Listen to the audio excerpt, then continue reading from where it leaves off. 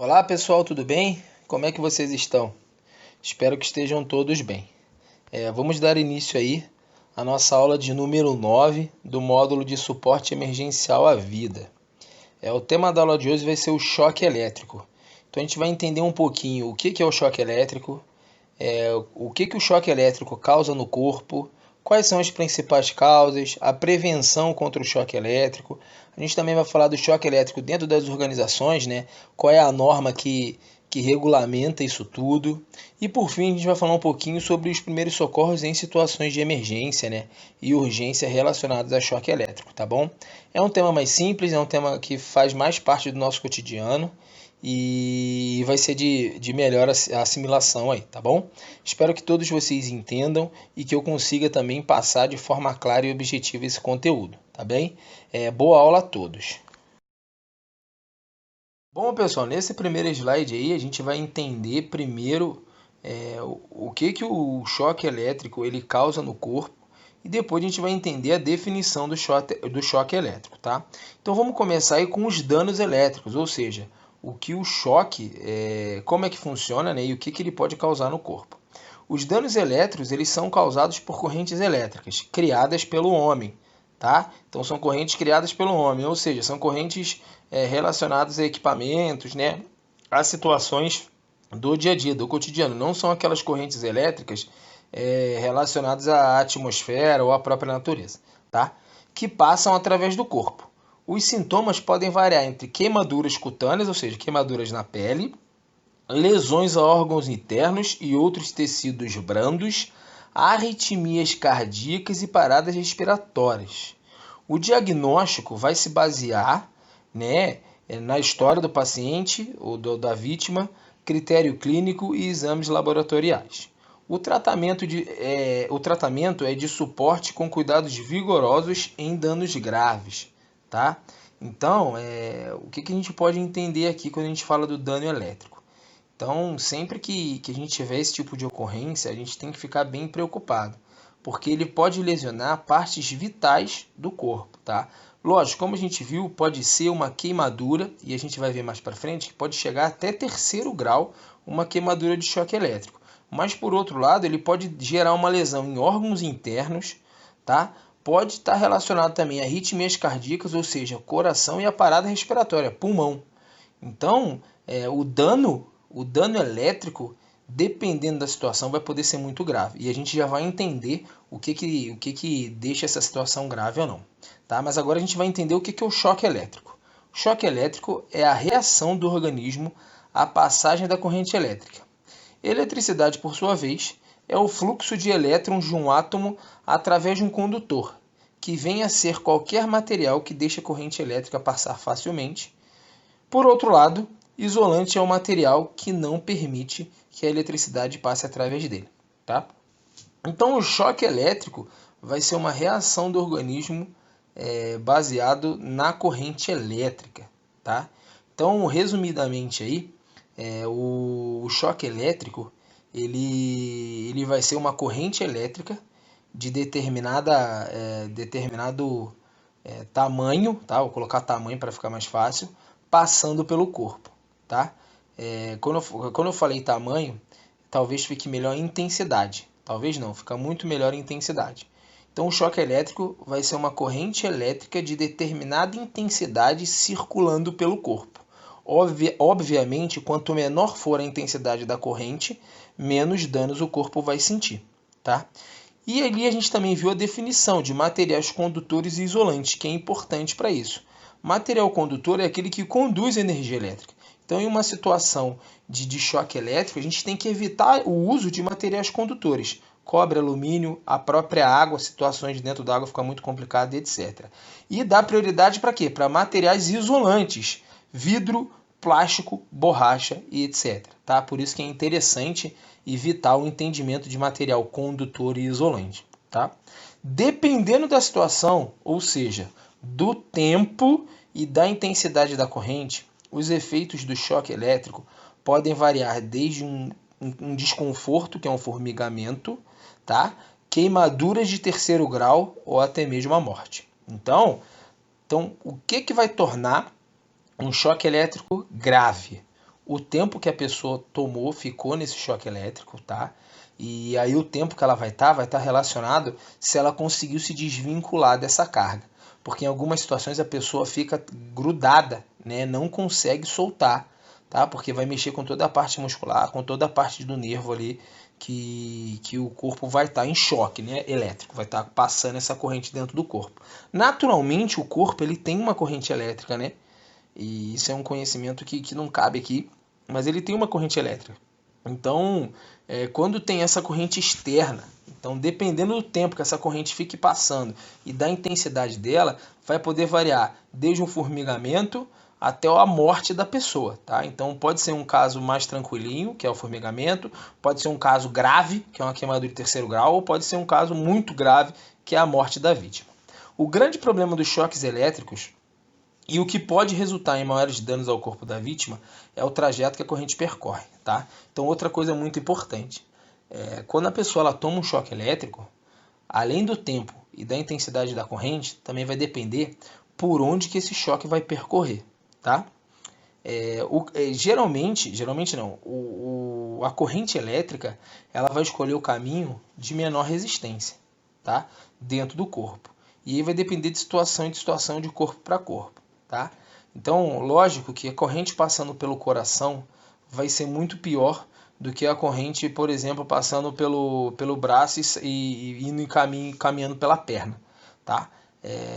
Não cabe aqui a gente explicar cientificamente e na parte da medicina qual o caminho que a corrente vai pegar. O que a gente tem que entender é que dependendo do caminho que essa corrente pegue dentro do corpo, faça dentro do corpo, ela pode ser mais ou menos prejudicial, tá? Mas a gente tem que focar no quê? No tempo e na intensidade da corrente elétrica, tá? Agora, pessoal, a gente vai falar um pouquinho sobre os tipos de lesões causadas pelo choque elétrico, tá? E aí a gente vai ter 4 tipos de lesão, né? Ou seja, vão poder ser de 4 naturezas diferentes, 4 caminhos diferentes ali. A primeira situação de um choque elétrico vai ser a eletrocução, tá? Que a gente já ouviu falar, tá? E qual é a principal característica? Geralmente vai ser um choque elétrico fatal. Eu também vou ter o choque elétrico, vou ter queimaduras e quedas provocadas pelo choque, tá? Então, quando a gente fala em choque elétrico, a gente vai poder ter principalmente essas 4 situações, tá? Uma situação fatal, que é a eletrocução, uma situação de choque elétrico, que geralmente vai gerar formigamento, outra, queimadura e, por último, uma queda provocada pelo choque, tá? Então, vamos lá, vamos entender cada uma delas.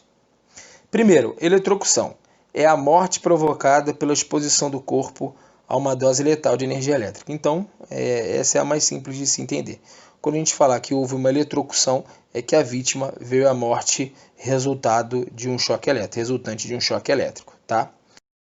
Aí, pessoal, depois que a gente entendeu a eletrocução, ou seja, aquela que houve a morte da vítima, a gente vai poder também ter o choque elétrico, tá? Que a pessoa ela vai passar por um choque elétrico, ela não vai ter nenhuma condição externa clara, tá? Ou seja, ela não vai ter queimadura, ela não vai ter nenhuma lesão externa, mas dependendo, como a gente viu, do tempo e da intensidade da carga elétrica, da corrente elétrica, ela pode ter dano aí no coração, no pulmão, né? Ou em algum outro órgão. E novamente vai depender do caminho que a corrente elétrica vai passar. Tá? Então aqui são definições relacionadas a choque elétricos. A primeira é a eletrocução, que tem a vítima fatal, ou seja, a pessoa morreu. Eu tenho o choque elétrico, tá? que causou dano nos órgãos internos, pode causar dano, né? Dependendo do tempo, da intensidade e do caminho que ela vai pegar. Tá? E agora a gente vai falar das queimaduras. Então, dependendo da intensidade da corrente elétrica, tá? Ela pode até causar a queimadura no corpo. A pele humana é um bom isolante e apresenta, quando seca, uma resistência à passagem de corrente elétrica de 100.000 ohms. Quando molhada, porém, essa resistência cai para 1.000 ohms. Tá? E aí está ressaltando o perigo, né, de se tomar um choque em situações de que a pessoa está molhada ou que o piso está molhado. Tá? A pele seca ela apresenta uma resistência a choque elétrico. Tá? A pele molhada ela diminui bem essa resistência. Tá? Isso não quer dizer que quando você está com a pele seca você não vai tomar choque. Não, muito pelo contrário.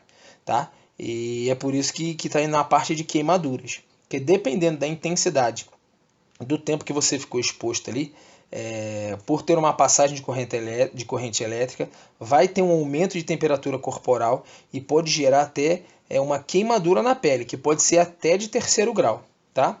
E por último, a gente pode ter uma situação de quedas de altura, ou seja, devido a um choque, a pessoa caiu. Tá? Lógico que a pessoa cair depois de um choque vai depender de uma série de outros fatores, né? Hoje, se for, por exemplo, se for dentro de uma organização, a gente sabe que tem regras para se trabalhar em altura, né? Tem regras para se trabalhar com energia elétrica, então vai estar tudo dentro de normas regulamentadoras, tá? Mas numa situação fora de organizações, que a pessoa está em cima de uma escada e vai trocar uma lâmpada, por exemplo, e toma um choque, e esse choque mesmo sendo leve, ela vem e cai, toma um susto e cai da escada, e pode gerar algum tipo de lesão, tá bom? Por isso que quando a gente fala em choque elétrico, a gente tem essas 4 situações. Uma fatal, que é a eletrocução, a outra é uma situação de choque elétrico que vai variar, né, a consequência de acordo com o tamanho desse choque, a intensidade do choque. A gente também pode ter queimaduras e quedas de altura relacionadas a esse choque, tá? Que são as mais comuns, por isso que eu trouxe elas. Aí, pessoal, falando da intensidade, para vocês entenderem, né, e ter esse comparativo da intensidade, eu trouxe uma tabelinha, tá, que é bem fácil de se achar e é importante a gente analisar ela. Tá? No lado esquerdo aqui, a gente tem a corrente, né, que ela é dada, a unidade de medida dela é miliampere, tá? Ou miliamperes, dependendo se o número for maior que 1, tá bom? Então, esse MA é a unidade de medida. Então, vamos focar só no número. Então, se a corrente da máquina, do equipamento, ou a corrente que atravessou seu organismo for de 1 miliampere, eu vou ter só a sensação de choque. Se ela for de 8 miliamperes, eu vou ter uma sensação desagradável. 10 miliamperes, uma sensação de pânico. 20 miliamperes, uma paralisia muscular. 40, perturbação na respiração. 70, muita dificuldade para respirar. 90, fibrilação ventricular, ou seja, vai estar relacionado ao coração. E 100 miliamperes, a morte. Tá? A corrente ela vai estar relacionada com o equipamento que está sendo utilizado, né, com a situação em si que ocorreu o choque elétrico. Tá? Só para deixar claro, quando a gente fala em 110 volts e 220 volts, não é corrente, isso é tensão. Tá? A corrente está ligada à tensão, tá? Só que não necessariamente, quanto maior for a tensão, maior vai ser a corrente. Não, pode ser até no contrário, dependendo da situação. Então, por isso que a gente tem que focar no valor da corrente. Esses valores são valores de corrente elétrica, tá?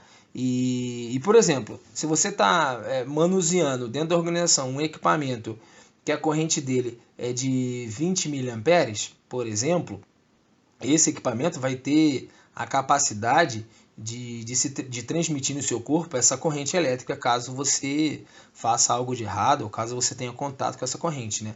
Lógico que dentro das organizações, se a gente for pensar numa situação normal e ideal, como você está manuseando qualquer tipo de equipamento, fazendo a manutenção ou outra coisa, equipamento aberto, vai estar tudo bloqueado, vai estar desenergizado, né? Então, o choque elétrico ele ocorre em situações erradas, né? Em situações que a gente não está dentro do que tem que ser feito. Tá? Situações de correntes mais altas vão acontecer geralmente em cabines primárias, subestações, né? Em situações onde a tensão, né? A voltagem é muito alta, quando eu falo cabine primária e estação e subestação, são aquelas subestações dentro da empresa, dentro da organização, que recebe a energia elétrica, né? Assim como tem nas cidades, né? São já situações maiores, tá? Mas o choque não quer dizer necessariamente que um choque de 20 miliamperes não pode matar uma pessoa. Pode, dependendo de onde ele passe, da condição da pessoa. Se a pessoa tiver um problema no coração, por exemplo, e tomar um choque, ela pode morrer se o choque passar pelo coração, dependendo da doença, dependendo de uma série de outras coisas. Mas isso pode acontecer, tá? Mas, por via de regra, as situações estão relacionadas a essa intensidade de corrente e o efeito no corpo vai ser esse que a gente viu ali, tá? Então, quanto maior for a corrente, pior vai ser o efeito para o corpo humano, tá bem? Agora, pessoal, eu listei para a gente algumas aqui, tá? Não listei todas, obviamente, mas é importante a gente dar uma lida em cada uma delas e comentar cada uma delas, tá? São situações que vão causar o choque elétrico, são as principais causas de um choque elétrico, tá? E vai estar muito ligado ao que a gente vive e vai viver dentro das organizações. Primeira coisa, instalações mal projetadas e dimensionadas, tá? Então, instalações que era para fornecer determinado tipo de determinada intensidade de corrente está fornecendo outra, o que foi mal projetada, que permite acesso de o contato humano, né, com essas situações de corrente. Então vai estar tudo relacionado a isso. Contatos acidentais devido à falta de barreiras adequadas. Então, essa vai estar mais relacionada ainda com o que eu falei ali em cima. Então, vão ser situações onde não tem barreiras. Porque, geralmente, quando você tem uma situação de possível choque elétrico, ou seja, você tem uma corrente passando por ali, tem que ter uma sinalização, uma barreira física impedindo com que o colaborador, com que a pessoa tenha acesso, tá? E avisando que aquilo ali pode causar um choque. Falta de aterramento ou aterramento ineficiente e inadequado. Então, o aterramento é o que vai fazer com que o choque não passe para o corpo, porque foi o que eu falei. O choque ele vai sempre procurar o caminho de menor resistência e o aterramento tem resistência zero, tá? Por isso que o para-raio, né, quando tem um trovão, ele vai para o para-raio e vai para a terra, porque é um cabo que vai em direção à terra e esse cabo tem resistência zero. Tá? Ele não vai parar em lugar nenhum, ele não vai para nenhum equipamento elétrico dentro da sua casa, né, ou da sua organização. Tá? Esse é o conceito. Então, quando esse aterramento está mal feito, a corrente ela vai buscar outros caminhos, porque o aterramento vai oferecer resistência, ela busca outros caminhos.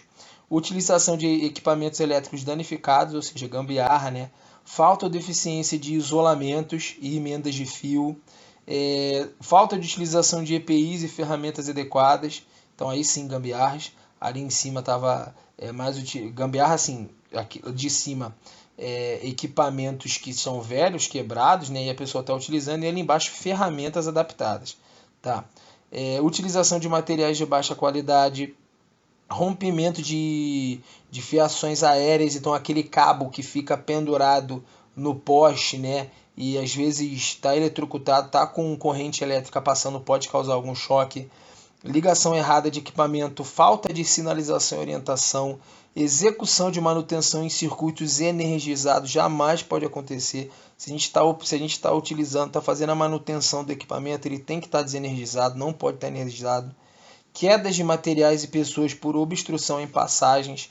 Então, a queda da pessoa em determinado local que veio a ela, que causou a ela um choque elétrico. Incêndios e explosões devido a curto-circuito. Acidentes provocados por equipamentos ou aparelhos deixados ligados no momento do ligamento da chave, tá? Então são situações que vão causar um choque elétrico, tá? Ou situações que o choque elétrico pode causar. Então eu listei algumas aqui para a gente ter ideia da gravidade que é quando a gente fala em choque elétrico, tá? Então isso aqui, pessoal, são situações, tá? Os efeitos é o que a gente viu aqui atrás. Tá? E vai depender da intensidade e do tempo que a pessoa ficou exposta a esse choque. Bom, pessoal, eu trouxe alguns gráficos, tá? A partir daqui eu trouxe alguns gráficos para a gente. Todos eles são números de 2018, são números compilados do ano de 2018. Esse primeiro gráfico mostra para a gente os principais locais de choque realizado nesse levantamento que foi feito em 2018, tá? Vamos para os maiores ali, tá? O que é o 168 e 172 ocorrências. O de 168 ocorrências é residência unifamiliar, ou seja, casa. Então, na casa das pessoas, 168 ocorrências de choque. E o de 172, rede aérea de distribuição, ou seja, pessoas que por algum motivo tiveram contato com esses fios acima do poste, aí situações mais graves, tá? Ou por rompimento, como a gente viu, rompeu esse fio e ele ficou pendurado, ou porque a pessoa foi até esse poste, às vezes tinha até conhecimento, estava atuante, né, no meio de trabalho, ou às vezes foi fazer algum gato, alguma situação que a gente já viu bem similar aí. tá? Então esses são os dois piores aí. Mas a gente tem outras situações, ó. Rios, lagos e açudes com 27 ocorrências, sítio, chácara ou fazenda com 40 ocorrências. Ali no final, ó, área urbana, postes, ruas e avenidas, 59 ocorrências. Área rural externa, 61 ocorrências, tá?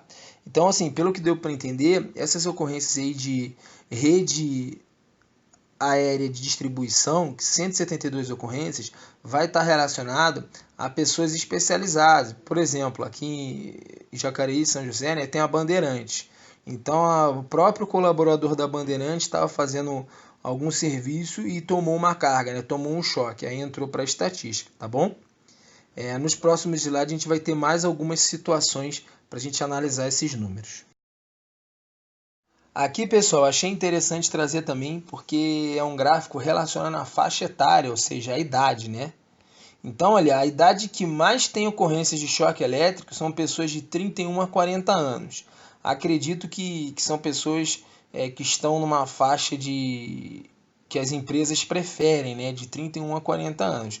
Porém, a gente pode ver uma grande incidência a partir dos 21 anos, de 21 a 30, 31 a 40, 41 a 50 e acima de 50. O gráfico ele fica bem maior nessas situações, né?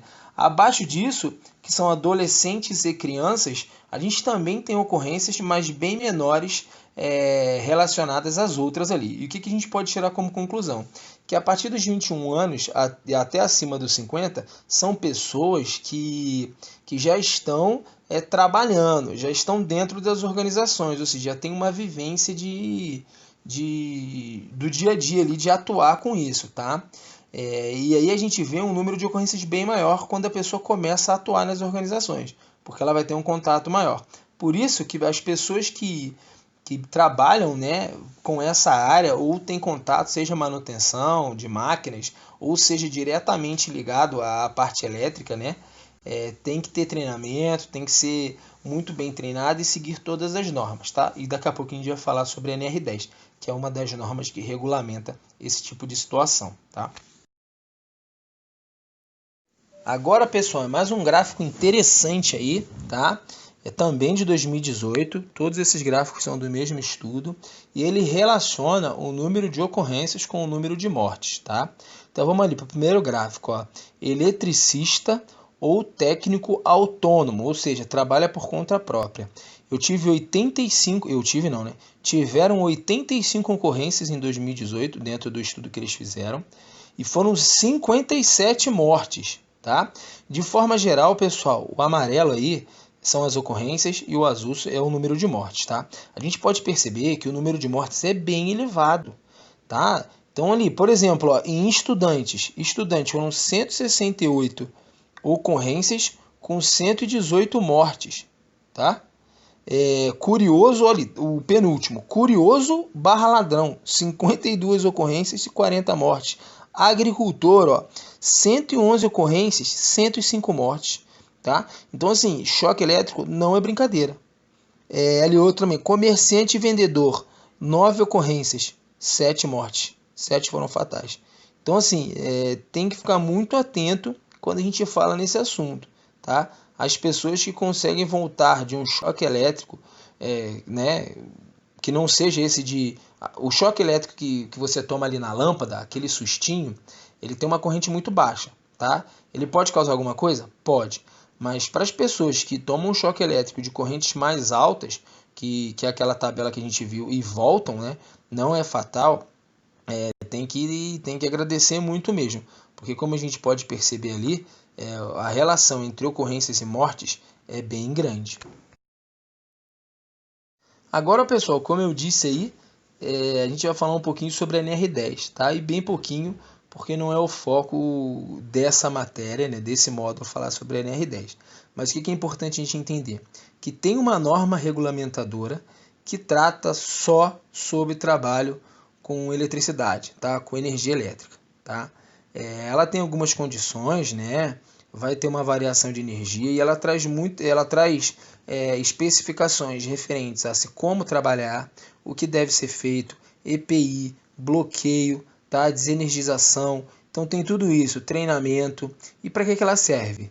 ela serve para o seguinte, ela é uma das NRs treináveis, ou seja, a pessoa que trabalha com energia elétrica, que trabalha na área de eletricidade, tá? Que trabalha na área de manutenção diretamente ligada a isso, tem que ter esse treinamento, tem que estar treinada nessa norma. Tá?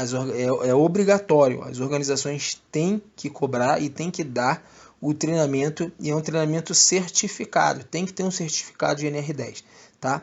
Esse treinamento ele é atualizado de tempos em tempos, tá? E é muito importante, porque é nesse treinamento que os colaboradores vão entender quais são as medidas de prevenção, o que deve ser analisado, quais EPIs que devem ser utilizados, qual é o caminho correto para não se tomar um choque elétrico. Eles vão entender isso tudo que a gente está falando aqui, quais são os danos que o choque elétrico vai causar para o corpo. Tá?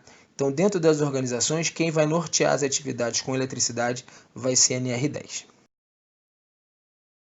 Agora, pessoal, eu trouxe para a gente ali alguns meios de prevenção, tá? A NR10 é um ótimo meio de prevenção. E dentro da NR10 vão estar algumas situações que são essas que a gente vai ver aqui. O que está escrito aqui não está escrito na norma, mas dentro da norma vão ter algumas situações de prevenção como essas que a gente vai falar aqui. Primeira, utilizar os EPIs adequados. Tá? A NRC estabelece que todos os empregadores são obrigados a fornecer os equipamentos de proteção individual necessários para o desempenho das atividades do colaborador. Tá? Então é de obrigação da empresa fornecer esses EPIs. Para quem trabalha como autônomo, tem que correr atrás dos EPIs, tem que entender quais são os EPIs necessários para se trabalhar com energia elétrica. Tá? Priorizar a qualidade do projeto elétrico. Então, na hora de projetar qualquer circuito, né, qualquer situação que mexa com corrente, a gente vai ter que já pensar na hora do projeto em eliminar, em reduzir os riscos, né, de choque elétrico na intervenção desse circuito ou dependendo para que ele vai ser aplicado aí. Então, se a gente já pensar desde a fase do projeto, lógico, com um especialista ali, se o especialista em projetos elétricos já pensar na segurança, já vai auxiliar muito para que se evite um choque elétrico. Tá? Fazer estudos de medicina do trabalho, ou seja, a fim de saber quais são as medidas que devem ser tomadas, é necessário que a organização realize investigações criteriosas para identificar os potenciais focos de acidente, ou seja, análise de risco. Então, dentro da análise de risco, aí a gente já viu, né, em algumas situações aí, várias ferramentas de análise de risco, algumas turmas eu já vi, já dei essa matéria, e já conhecem várias ferramentas que vão auxiliar na identificação e na análise do risco. Tá? Então a empresa, além de investir no IPI, além de investir no projeto dos sistemas elétricos, ela vai ter que fazer essa investigação para identificar e tratar, né, ter medidas preventivas para o choque elétrico. Depois, realizar manutenção constante. Não adianta entregar EPI, fazer o melhor dos projetos e ter uma análise de risco muito bem feita se a gente não fizer a manutenção das máquinas, se não manter todo o cabeamento novo, se não manter os disjuntores corretos, se não fazer com que todo esse equipamento elétrico esteja em condição de uso. Porque equipamento, como a gente viu, equipamento danificado, máquinas danificadas, ferramentas improvisadas, são uma das causas que geram o choque elétrico. Tá? E por último, e não menos importante, você pode ter certeza que é o mais difícil de todos, é a conscientização dos trabalhadores. Tem que ter um trabalho de conscientização.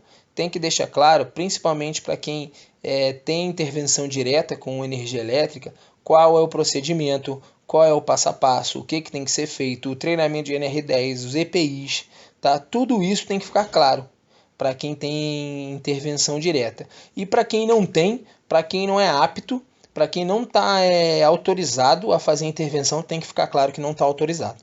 Por isso que o trabalho de conscientização é muito importante.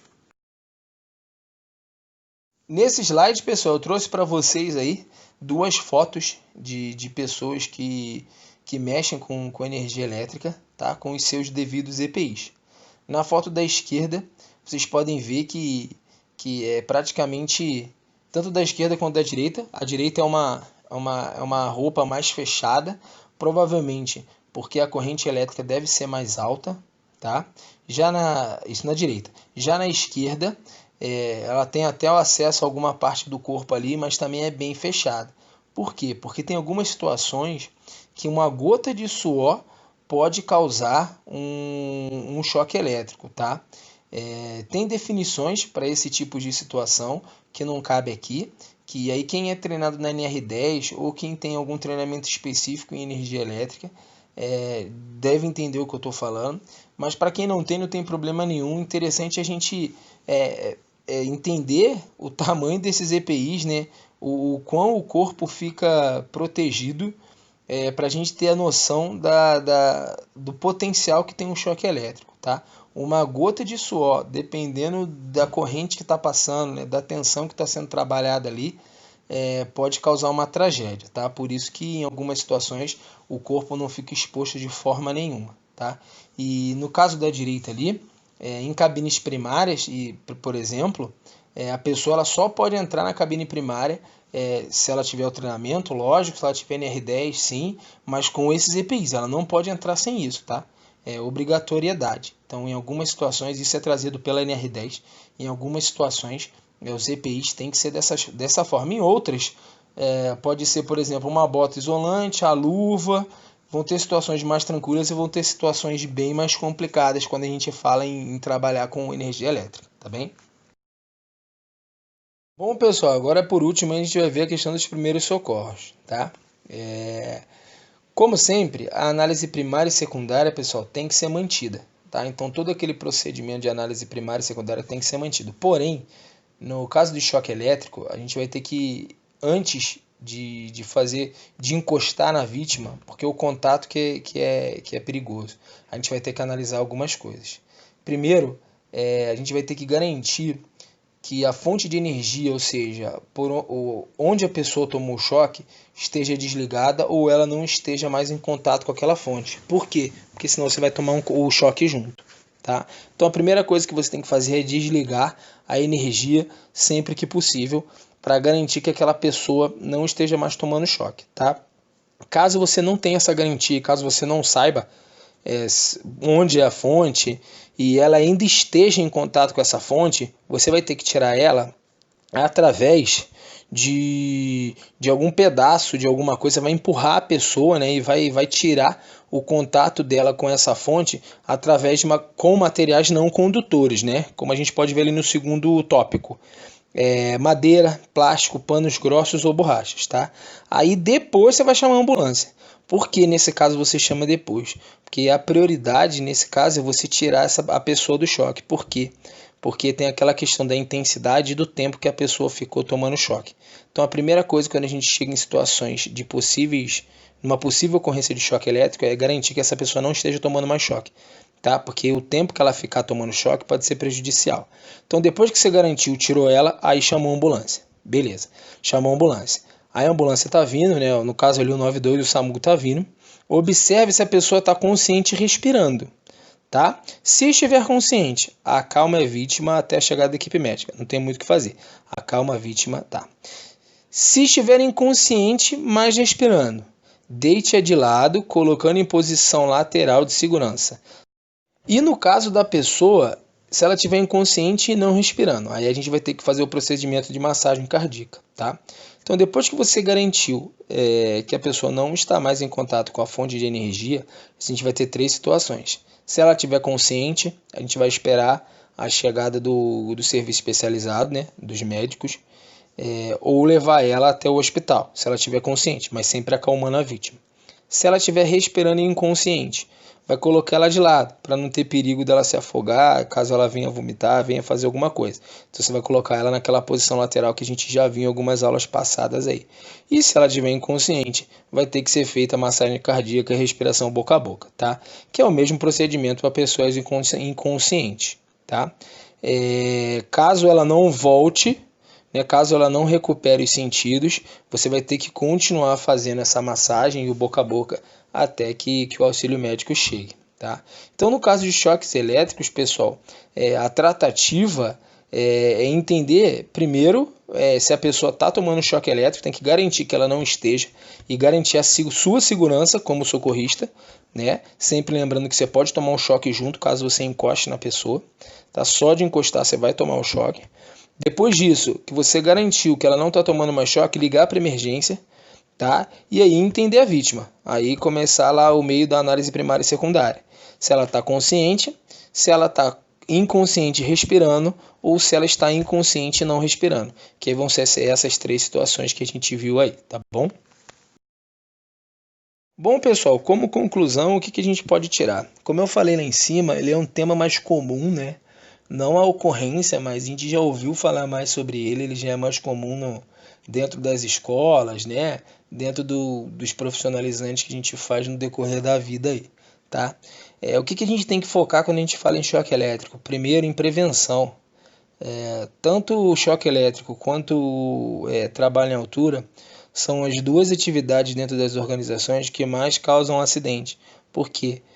Por imperícia, por imprudência da própria pessoa que está realizando a atividade ali, tá bom? Ou por falta de EPI, ou por falta de conhecimento, ou por alguma falta de atenção, tá? E geralmente são acidentes fatais. Quando a gente fala de eletricidade, a gente não pode esquecer que isso pode levar a pessoa à morte, tá? Já do lado do socorrista, de quem vai prestar o atendimento, a gente tem que sempre lembrar que a pessoa que tomou o choque ainda pode estar tomando choque e não aparentar, tá? E quando você encostar nela, você vai tomar o choque junto. Então tem que ter esse procedimento do primeiro de tudo, cancelar a fonte de energia, para garantir que aquela pessoa não fique tomando choque por mais tempo. Que é outra coisa que a gente tem que lembrar. As consequências de um choque vão estar relacionadas à intensidade da corrente e ao tempo que ela vai estar exposta a esse choque elétrico, tá? Em relação agora no final aos primeiros socorros, não tem muito o que ser feito. Quando a pessoa está consciente, ela vai ser encaminhada ao hospital. Se ela estiver respirando inconsciente, coloca de lado e espera a chegada do atendimento especializado. E se ela estiver inconsciente e não respirando, aí sim vai ter que ter uma massagem cardíaca, uma respiração boca a boca, até que a pessoa retorne ou até que o serviço especializado chegue, tá? Então essa é uma situação comum dentro das organizações, infelizmente, tá? E muito grave e que a gente vai ter que estar preparado, né? A gente, para quem vai trabalhar como socorrista ou para quem vai trabalhar nessa área, para tomar a decisão certa ali quando acontecer algum tipo de situação parecida com essa, tá bom? No nosso lado de segurança do trabalho, a gente tem que lembrar que dentro das organizações tem a NR10. Então, você como técnico, você como estagiário ou que atua na área de saúde e segurança do trabalho, sempre que vir alguém atuando em energia elétrica, questiona, pergunta se tem NR10, pergunta se tem PT, pergunta se o colaborador está liberado. Então tem que ter esses questionamentos, tem que ter esse entendimento. Está desenergizado? Então tudo isso faz parte do procedimento das organizações e está dentro das normas, tá? A gente não aprofundou nisso porque não é o objetivo do nosso módulo, não desse módulo, tá? Mas nós, como atuantes da área de saúde e segurança do trabalho, a gente tem que ter isso na cabeça, tá? Atividades perigosas têm que estar liberadas, com pessoas capacitadas e treinadas. Então os questionamentos são sempre válidos, tá bem? É isso, pessoal. Espero que vocês tenham entendido. Eu fico à disposição, tá? Vocês têm meu e-mail, vocês têm meu número e qualquer dúvida aí é só me mandar, tá bem? Bom final de semana aí, até a próxima aula.